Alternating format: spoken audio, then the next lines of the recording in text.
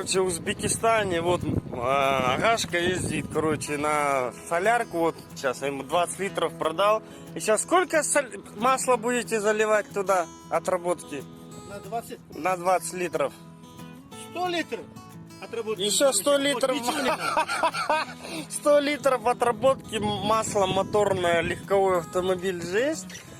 И, короче, и все, и нормально ездит, заводится, да? Да, А ну-ка, можете завести сейчас? конкретно. Сейчас можете завести? Интересно, интересно.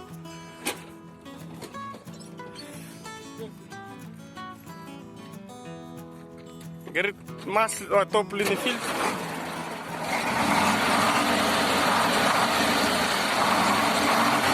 Дымок есть?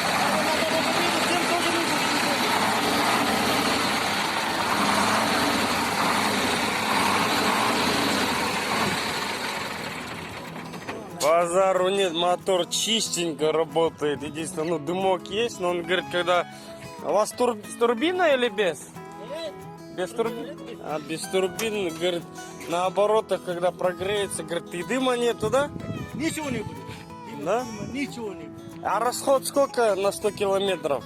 Где-то 30. Вот такое. 30 литров, да? 20 литров, 28. Это вы на 20 литров солярки, 100 литров отработки, да, короче? Да.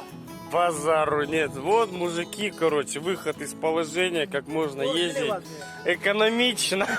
Экономичная дорога. Деньги на кассу идут. Побольше. Базар. Если солярка меньше идет. Базару нет, все принято.